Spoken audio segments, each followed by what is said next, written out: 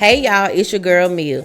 Join our chill community by hitting the subscribe button, leaving a comment, sharing your thoughts, and rating us.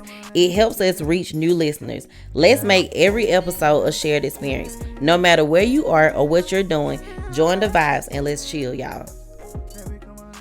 What's up, y'all? Welcome to another episode of Let's Chill Mia podcast. I am your host, Mia. Welcome back, y'all. I know y'all been wondering where I've been. I've been having some shit going on, but I'm back. And I have a very special guest. What's up? What's up, cuz? Y'all, this is my cousin. If you don't mind introducing yourself. Hey, what's going on, everybody? My name is Jawon, Amy. You might know me as J. Edward Amy. You may know me as Jamie. I got a whole lot of names. It depends on how you know me. Y'all, he is well known from here to goddamn Houston. You know, but now for real though, I'm glad that you're here. We have talked about from the very beginning about you being on the episode. And I've been trying to make sure I have my shit together when I bring you on, because I already know this episode is gonna pop. I'm ready for it. So let's just start out by asking, how are you? I'm good. I'm in a good space right now in life. Okay. We talked off camera, but we did. Yeah, went through some stuff, but back onto some more stuff. So life is great, you know. Always. It keeps moving. And you know what? It's crazy because one thing about us, we don't talk every day, but when we do talk, we catch up and we have very heartfelt and meaningful conversations. And you know, like you said, you had some stuff going on, I had some stuff going on, not knowing that we were going through some shit at the same time. But you know what I'm saying? We getting over that hump, because at the end of the day, bad time don't last always. Never. You know what I'm saying? We don't stop. We don't let it dictate how we gonna carry on. We just keep going and we hope for the best. For sure. Okay, so this month is Pride Month. Ooh-wee. What does that mean? Why am I here? So I was like, I need to bring somebody on here. At first I was trying to find, like, I had all type of different ideas. I was trying to get somebody to come out on the episode, but who gonna do that? I want to get somebody on here who done had kids and done had relations with men. Now they strictly like women. Like, I had all different types of ideas in my head, but out of everything that I came up with, you just stood out. And like you said, why am I here? You know what I'm saying? A lot of people may or may not know, but happy Pride Month. Thank you. I appreciate that. I'll take that. So I just want to start off, like, I want to dedicate this episode to the queer community. Like, men, women, whatever. Like, I want to dedicate this to y'all, the Black queer community, because you know what I'm saying? First of all, you know, it's already hard being Black in America. But being Black and gay, I know that's even harder, which we're going to get into that conversation on down the line. But I just want to start out talking about your childhood, because first of all, like we said, we're cousins. So First cousins, 2 brothers, kids. So we done been here in every aspect of each other's life. We like everything. So I want to start out talking about just your childhood. How was your childhood growing up? Which I know, but right. People. I'll tell the people my childhood was similar to yours. Like, I grew up in a 2-parent household. My parents will celebrate 39 years of marriage this year, so yeah, it's big. Shout out to Black love. For sure. So I grew up surrounded by love, definitely, and I know what it looks like. I know what it feels like.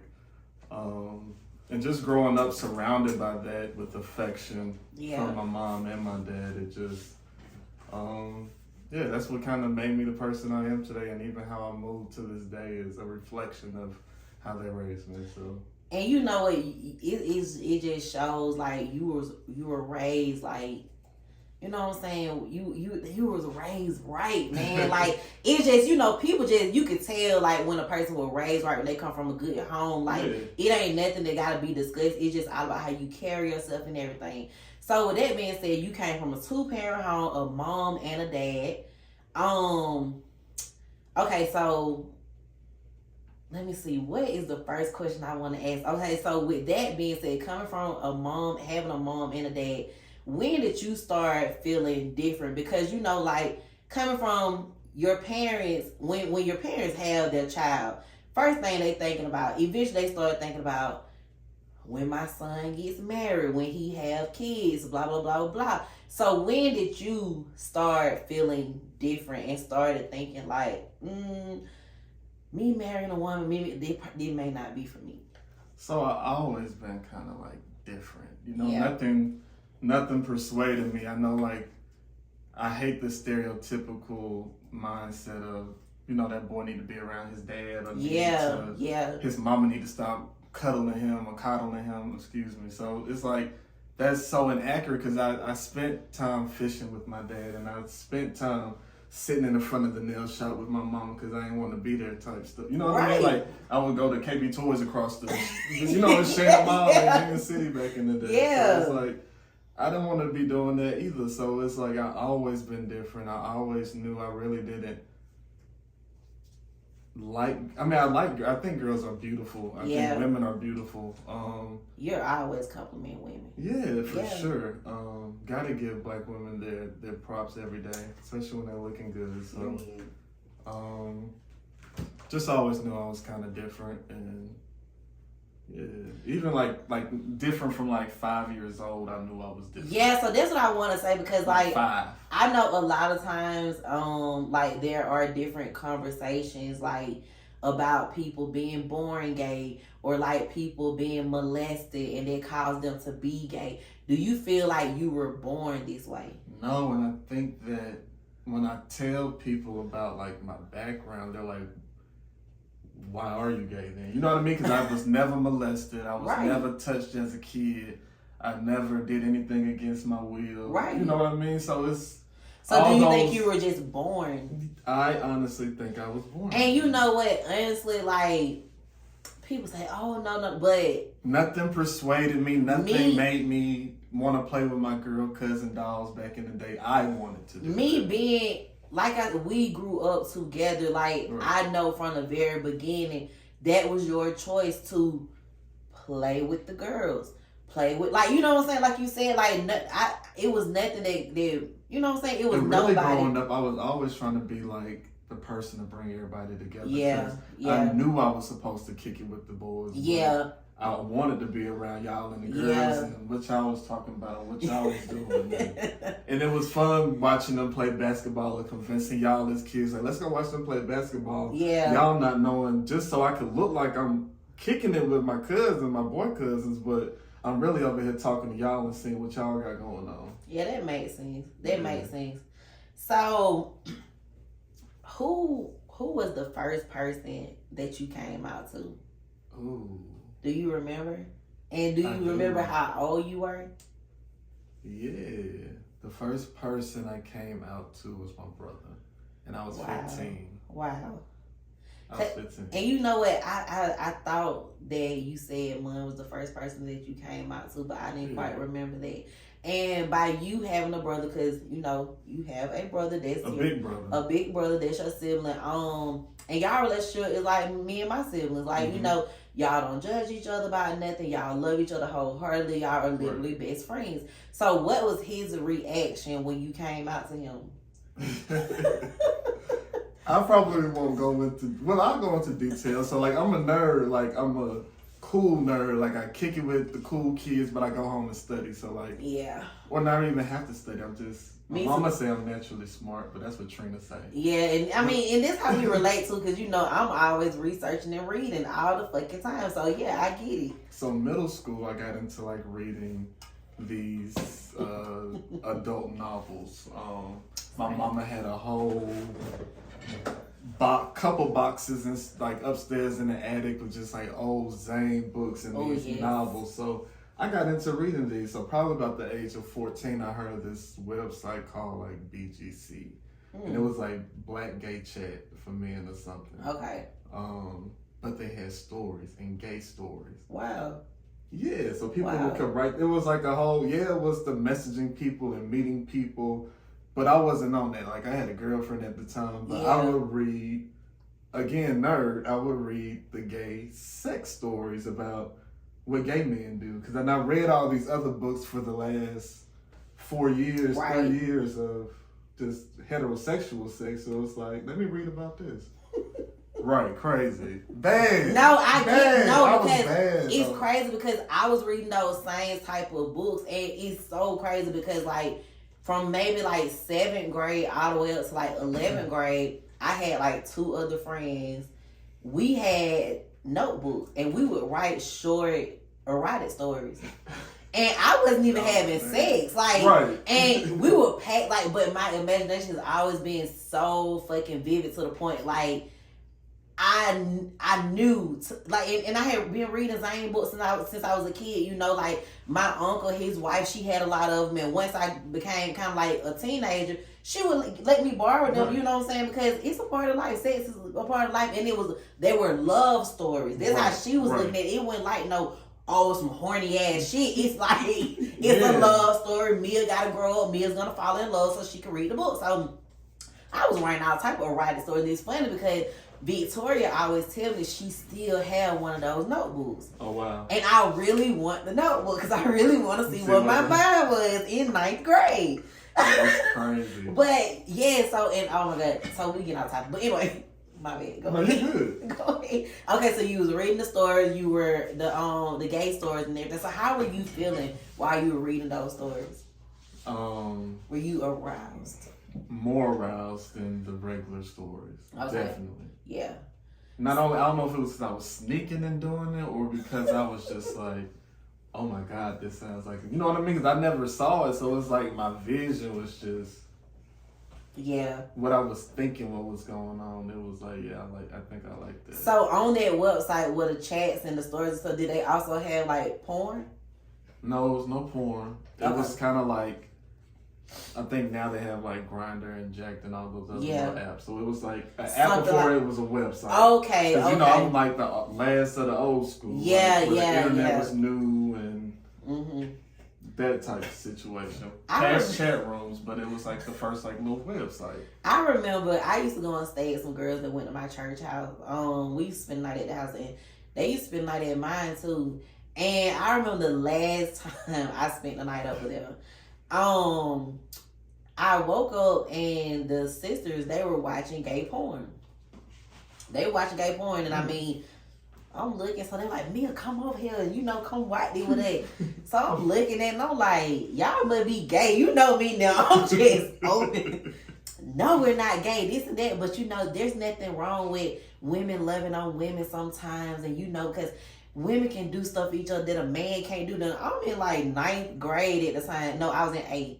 You know, so I'm like, okay, whatever. I ain't gonna judge you. So one of them motherfuckers tried to get on my cover that night. Did you hit him? I said, get the fuck up off me. You know what I'm saying? Like, but yeah, I ain't fuck with them.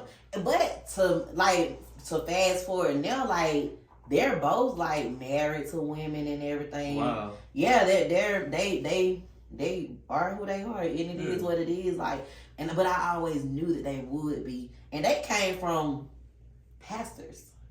Oh wow! Like they're PKs, you know what I'm saying? So I know that was totally hard to come out to their parents versus like, you know what I'm saying? Okay, so came out to your brother. Cause I will. Oh yeah. You know how me and you talk, and then we'll get so outside. Yeah, I got off topic, but yeah. So it was this website I would go look at these stories or whatever. So my brother came home from his first year in college. Like, first semester. Yeah. That December. I'm 15, and I read some stories on my little laptop. Went to sleep, and when I woke up the next morning, my laptop wasn't in my room. So it was like, where my shit at? And so I went running around the house looking for it, and it was in my brother's room. And I can remember I like went over there and grabbed it, and he like woke up from his sleep, and he was kind of like had this smirk on his face. And you know me, so I was like, stop touching my motherfucking shit back there, that motherfucker this and bitch that. And he said, chill. It's too early for all that. He was like, just know I know. And I said, no, what, motherfucker? And I left all these messages up on my damn screen. He was like, just know I know. Like, it's cool. I still love you. You still my brother. And I was like, stop touching my shit. And I walked out of the And I went and popped open my laptop, and it didn't look like he touched anything, but to know that he could open my laptop and see everything. Yeah. In my head, I just knew he knew everything. So yeah. I was like, damn. So how long did it take you to process the fact that he said, it's fine, I get it, like, I still love you, like... Oh yeah, I've kind of felt like a little Superman, like, oh, now I could really get into it and do what I want to do type shit. Like, so my brother cool with it, so like... You had a girlfriend at the time, you were 15, so when did you just break it off with her? Like, did you care about her? Or did you just feel like you were just with her just as a cover up? Definitely still care about her. Shout out to Snook. But yeah, I definitely cared about her. But yeah, it was definitely a big front. But I had a lot of love for her. Yeah. For real. But yeah. So when did you break up? Did y'all break up because of that, your sexual preference, or y'all broke up for something else? Yeah, something real childish, like just some. And that's the only shit. girlfriend you ever had? Yeah, that's the only girlfriend I had. What school she went to? Sandy Creek. Okay, yeah. You know, it's a little Fayette County home. So how old were you when you came out to your parents? Oh, wait. Probably like 18 to my mom and like 19, 20 to my dad. Okay. 2 different situations, 2 different scenarios. Yeah. I can see that. Yeah. So, cause you know what I'm saying, like your mama is your mama. But like you gotta think your dad is a man. And growing up in the area that he grew up in, that shit is like taboo as fuck. Like people that were gay probably never ever, they probably never even saw gay folk like for real, you know what I'm saying? So that shit was very, very taboo to him, and he probably like, do you feel like he was weirded out at first, or do you feel like it was something that he always knew but he did not want to accept and he thought that you were just gonna... I think that's what it was. Yeah, I don't even know how to even get into that conversation, but we can move on. No, we could dive into it if you want to. I just don't know how to like. It's your story. I just don't know how to like start it. But yeah, as an alpha man, as the head of the household, like he definitely felt a certain kind of way, and I know like even the way he found out was a guy putting money in my account. Dropping a sum of money in my account. My account at the time was connected to my parents' account, so they could see what's going in and out, like, or they could put money in because I didn't have anything going in. So when he called me about this sum of money that had dropped into my account and said, don't know about that secret lifestyle you live in, and you driving your mama crazy because she don't know, granted she already knew. Right. But I know what you got going on. He said like some pretty vile things.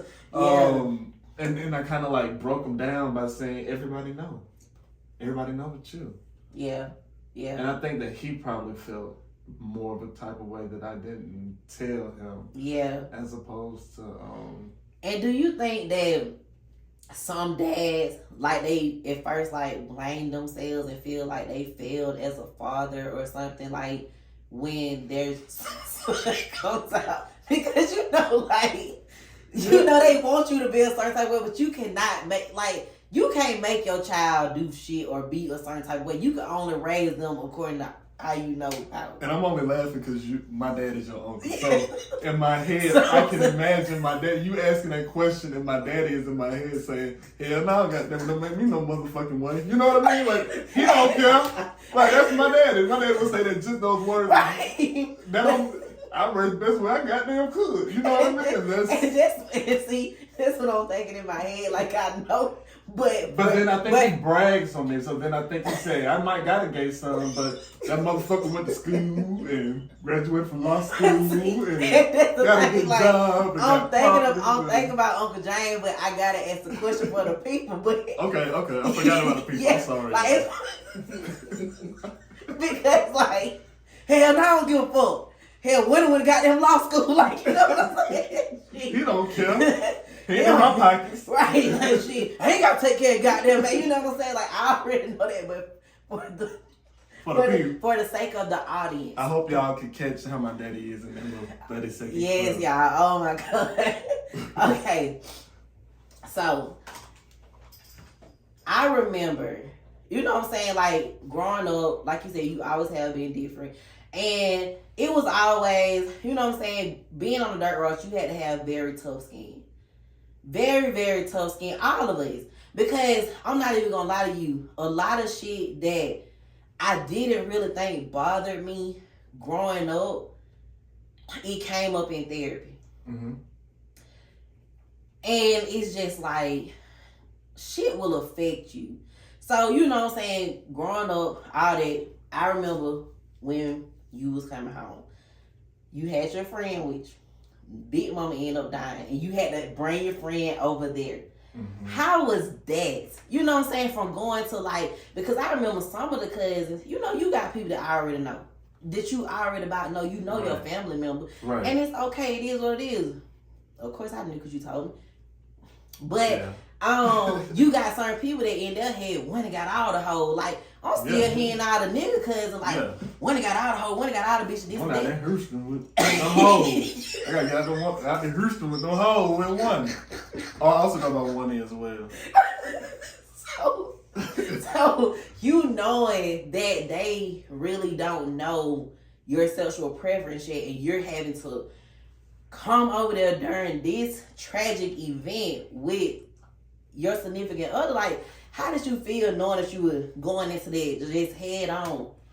I don't think I was really ready for that, but just how the situation played out, how I was overseas for a few months. Yeah. Then I came back and me and him went on vacation, and in the meantime, Granny passed away. So it was just like he was with me at the time, so he had to come. You know what I mean? And I didn't want to make nobody feel a certain kind of way and put him on the plane back, but definitely don't feel like I was ready, but just had to suck it up, and everybody got to know now. And I remember you was like, hey, everybody, your deep boy, this is my homeboy from college. And he's like, hey, like, it's like, hey, Remy. So everybody like, a pump. One got a pump. The niggas on the side of the house, you know, I'm over there with them because, like, I'm hanging with the boys and they, who the fuck that is? One got, what them hoes at it? I'm like, it got to the point that I just had to say, I don't even know why we over here having this fucking conversation because y'all already knew how 1-1 he was a fucking kid, so suck that shit up. Like, and I never told you that, but like, and I never heard that. And that was the fucking end of it, because they was having a little back and forth, like, I didn't even know.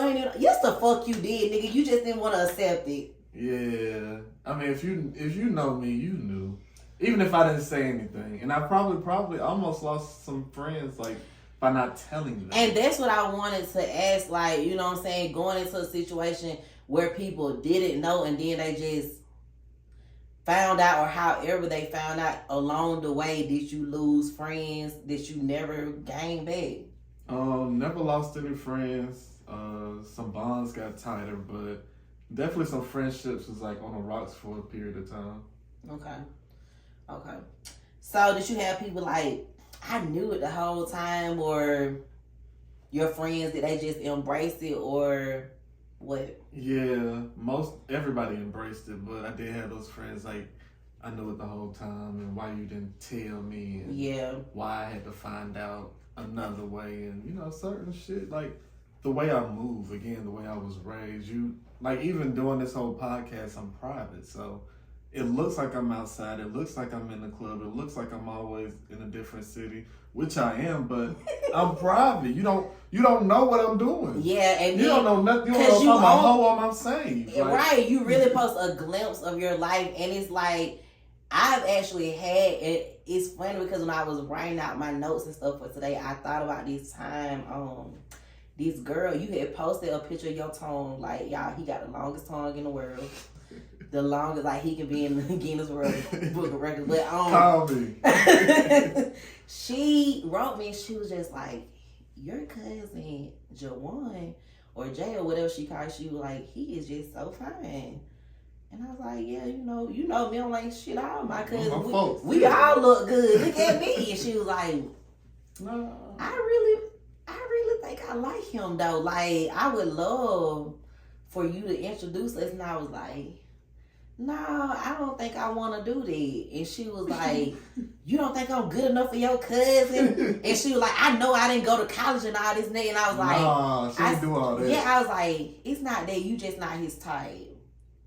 Well, he must like them little pretty light skinny, like, you know what I'm saying? She just didn't know. I said, we're just gonna leave it at you're not his type. Because like you said, on your social media, you don't never like, I don't even got videos of people that's on Facebook that I feel like I know whole heart. I'm talking about, it's like a slew of people on my Facebook that they my folks, like, you know what I mean? And have never seen them a day in my life. They don't know how I sound. Yeah. They don't know my mannerisms, you know what I mean? But I'm cool as hell. Of They course. do know that. They can say that. Yeah. But a lot of people don't know me. They just know of me. So when they see this episode, they're gonna be like, a lot of people gonna be like, what the fuck? Because it ain't like you, it gets gay pride, man. I'm a gay pride. Like you don't, not saying that you're not proud to be who you are, but you don't be all flashy about it, and you ain't not here. Right. Like you have your different type of gays. And honestly, I always say that you're a part of the elites. The elites. I always say that, like, you are the part of the. And that's why I'm here, because I just want everybody to know that, like, all gay men don't want straight men, that's for sure. But even more than that we not all wearing nails, wigs. I don't want, like, moms and dads. For real, like, because I'm in my 30s now, so people got kids coming up. Yeah. And might be gay, so I don't want, like, guys or like, fellas or ladies to, like, think, like, oh, my child is gay, they gonna be swishing gay, or, like, have on a wig, or be a sissy, or a punk, and all those vile words. Like, that's not every gay person. It, like, lean on how you raised them. If you know you raised a man, you gonna have a man. No matter what he like. You know what I mean? Exactly, because you know what I think, especially like me being from the country, a lot of the gay dudes from the country, like, they messy as fuck. They like to do a lot of shit that the type of guys that you... I ain't messy. I ain't in people inbox trying to pay them to be gay. Like, yeah. I mean, not even knocking nobody that do that, but that's just not me. And that's what I'm saying. Like, and even like the people that you surround yourself around, like the other, you know what I'm saying, your friends that are gay male, like, y'all don't act, you know what I'm saying, like how people like that's certain stereotype that people like to put on gay men. Like, the gay men, they act like all gay men want to act like a woman. All gay men want to replace a woman. Like, when I know that that's not true because of you. Like, when I go, and I'm glad you have that or I could be that representation or whatever, so you know that's not everybody. But even like if I go to a sports bar to Noble, like, even the waitress, we look like homeboys, and they ask y'all want to sit at the bar, like, because they thinking we just cool. That's my boy. And I like it like that. Like, it's not like I got a purse on my shoulder or somebody got on pumps or a wig or eyelashes or makeup. Like, that's my, you know what I mean? Like, that's not the type of person I'm even into. So why do you think, like, because I feel like those are the type of gay men that people more so, like, fixate on, I guess, or those are the ones that they really pay attention to, and then, like, to the point they don't realize that gay people are regular ass people. I'm so normal. Like, regular. And most of my friends are, what you call it, normal. They're straight. Like, you know what I mean? That's who I kick it with mostly. Like, you know what I mean? But. And so this the point that I want to get to, like, for people to see that, like, because a lot of people in their head, like, gay folk, them kind of like extraterrestrial type shit. Like, they're totally different. Like, they I don't know. Like, somebody wrote a status, was it yesterday or today? And they said something along the lines of, because, you know, black people are the hardest on the gay community. Like, I already know that. I'm black, but I do know that black people are the hardest. And he made some status like, damn, mothers got a day and fathers got one day and gay niggas got a month. You know what I mean? And I kind of looked at it, and the person I am today, it's a joke. I can make a joke out of it, like, well, damn, I'm glad I got a nigga month and a punk month, so I'm blessed type shit. You know what I mean? Just laughing about the situation, even laugh at it, because I can make a joke out of it, but I got too much. Right, like, nigga, you said that to say what? Right. Okay, so has it ever been a time that you have felt discriminated against?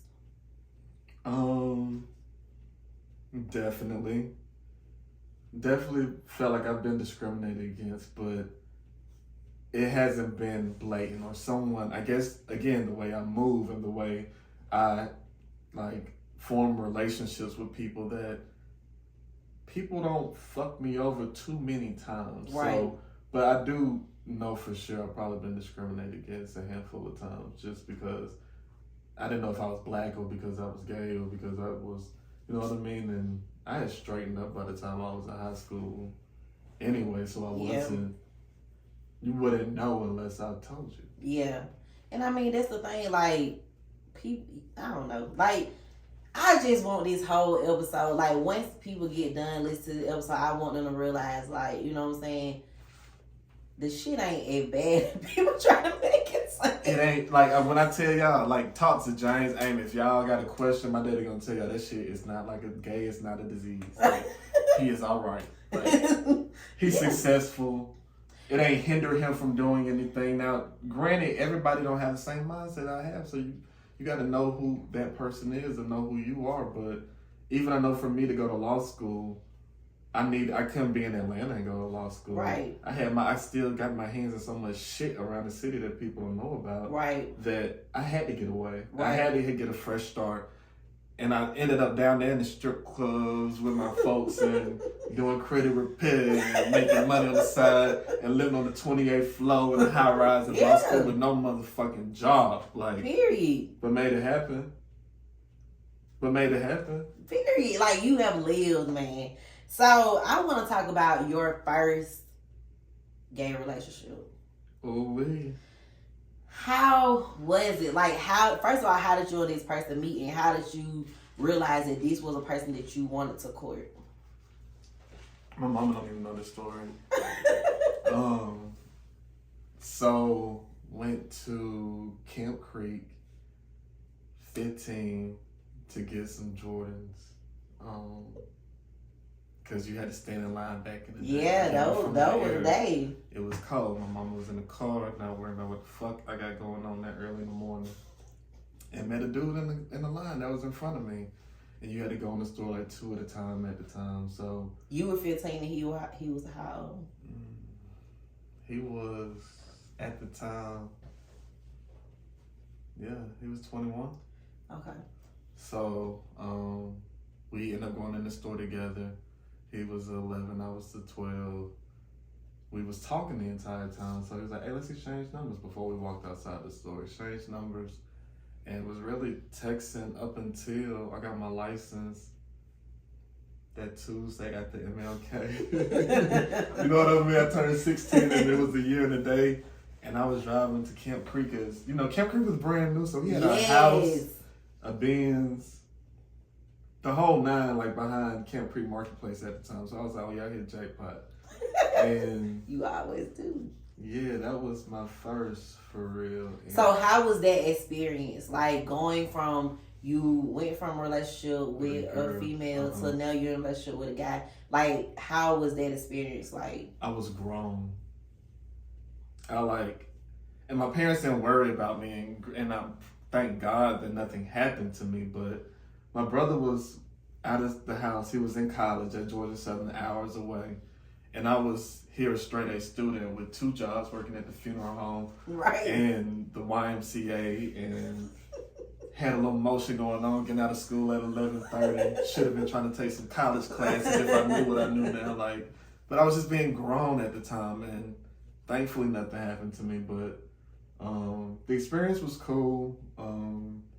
Do you feel like now looking at it, you being saying he was 21, do you feel like I turned 16 a month later, so 16. Do you feel like he was too old for you at the time, or do you feel like the experience was cool? Because I know, like, honestly, like, we were very mature teenagers. We from, like, again, we the last of that kind of breed, so it wasn't looked upon bad, even if a 21-year-old guy was talking to a 17 or 6, you know what I mean? You're right, because, like, it didn't look bad back then, and of course it's still nothing has changed about it because it's still going on to this day. But I think social media what made it real bad, and then people are weird as fuck. But I remember being in the 10th grade and my boyfriend was in the Navy.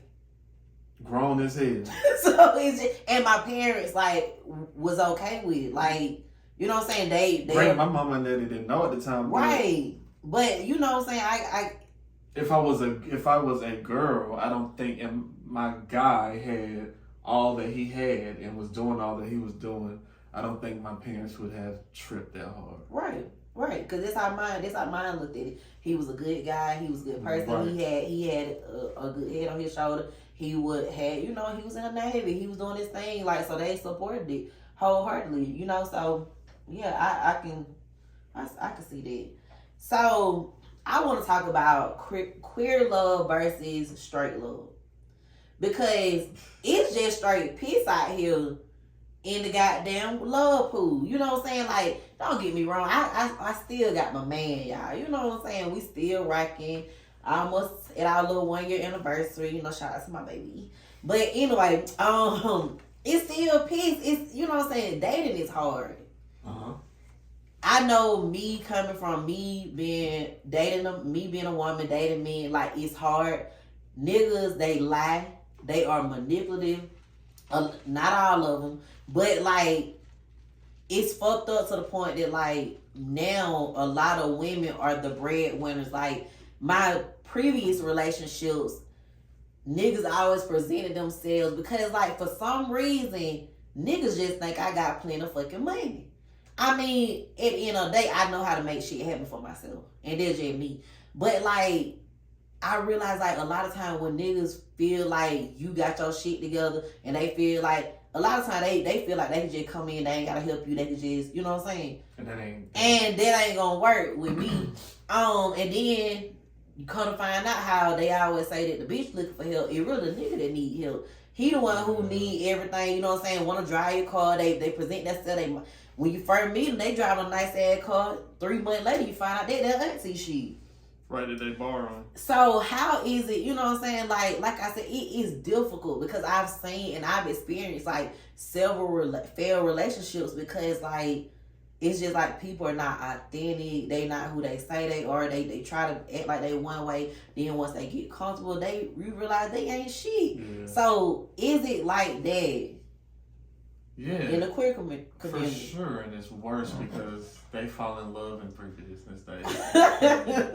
And I've seen a million times where guys or girls both fall in love in 2 weeks and in 2 months they living together. And especially gay girls, like lesbians, they get married quick.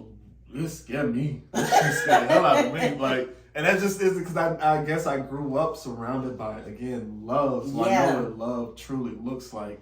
And just now in the place that I am, it's like I could give advice to a straight man or woman or a gay man or woman because love is going to be the same. And like I tell everybody, somebody told me this years ago and I've put my own spin on it, but it was about a table. So like when I was young, at 21, 10 years ago, like at Clark, Atlanta, I wanted to date doctors, lawyers, athletes, and people with a whole lot of money. And I was doing it, but none of those relationships were working out because I was pulling my chair up to someone's table. Yeah. So then once I graduated law school, I kind of got into the role of, okay, I got my own kind of table established. I'm making a whole lot of money every 2 weeks, and it's just me so I could kind of take care of somebody. Right. And they was trying to pull their chair up to my table. Right. And that shit didn't work out, and it ain't never gonna work out because a real relationship got two bosses always, and there ain't no leashes. Like, and that's in a gay relationship or a straight relationship. 100%. 100%. Once people grasp that concept, I feel like shit'll be better. And then it's like now is my mindset is you gotta have your own table. Yeah. And that ain't to sound funny to nobody or anything. That's if I don't find someone or if I do entertain someone that don't have their own table, I'm doing nothing but a disservice to myself because it's like they asking me for $10 a day for some food. Food. And that ain't where I'm at in life. So for me to even fuck with somebody now, you have to have your own table. And I ain't saying house cars and you got to be a lawyer because I not dated, you know what I mean? Yeah. Athletes to factory workers at HelloFresh. So I was like a hard worker. My daddy had 3 jobs growing up. So I think all men should have hustles, like more than one job, like more than one stream of income. And if you don't, that ain't even what I really be on. That don't really attract me. So it's like, you got to have your own table. We could push our tables up together. That's bare minimum. And we can build some shit around it. But it's no more pulling chairs up to nobody's table and none of that other bullshit. At this time, I'm about to have a house. So we about to put houses together now. Yeah. I agree wholeheartedly, because that's really where I was and where I am. You know what I'm saying? I don't want nobody who ain't got shit. Because you know what I'm saying? Like, me, I can be by myself and take care of myself and do whatever the fuck I want to do. So why would I get with somebody who can't? My auntie name is Vail, and she said... Don't she play said with a lot of her. stuff. I know, right? But anyway... She taught us a lot of shit, and she don't... I ain't taking care of nobody. Period. If I ain't give birth to nobody, I got a cousin Ariel that said the only man with a dick between his legs, I'm taking care of my child, my son. And I said, that is the realest shit I probably heard. Damn right. Like, that's the only right. way you should take care of. Damn right. And I agree with her. So, how much time we got? Okay. So, I'm going to speed up a little bit because we just been rambling. But, okay, so, do you want to get married? Do you want to have kids? Yeah, that's definitely the dream for me. Now, I've always wanted to be married. I've always wanted kids. I've always wanted that big house with that picket fence around it. So of course, me too. That's definitely like what I would like in the future. Yes, and I can definitely see that for you. You would be a great family man. Period. Yeah, because I'm already nurturing. Like I'm already domestic. I'm already, you know what I mean? So, you know what I'm saying, sprinkle, wishing all those good things for you, manifesting all of that. For sure. Okay, so one thing I like to always talk about on this podcast is mental health. On a scale of 1 to 10, where are you today? Today. 7. 7. Okay. 8. 8.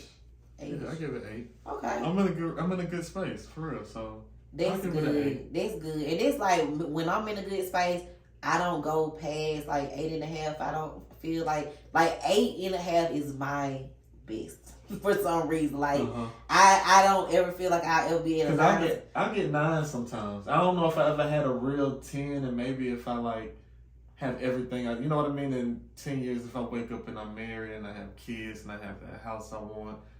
Because you know, you have to like sometimes sit and reflect on what you do have and be thankful and grateful for what God already gave to you. That's what I tell my boyfriend all the time. I'm blessed now, but maybe that'll look like a 10. Yeah. Don't tell him what it is. Maybe I'll be making some more money so I can feel a little bit better. Yes. Money do help situations. I'm telling you, they say it don't bring happiness, but motherfucker, it ain't having money ain't never made me sad. Having money, always being able to do what you got, whatever the fuck you want to do, definitely make you smile. Yeah. And it take money to be able to do what you want to do. So shit. It costs $100 to go outside. I promise you. Yeah. So I ain't even gonna get into all that. Man, like people don't understand, man. I love money. I love to make money. I love to be able to live comfortably.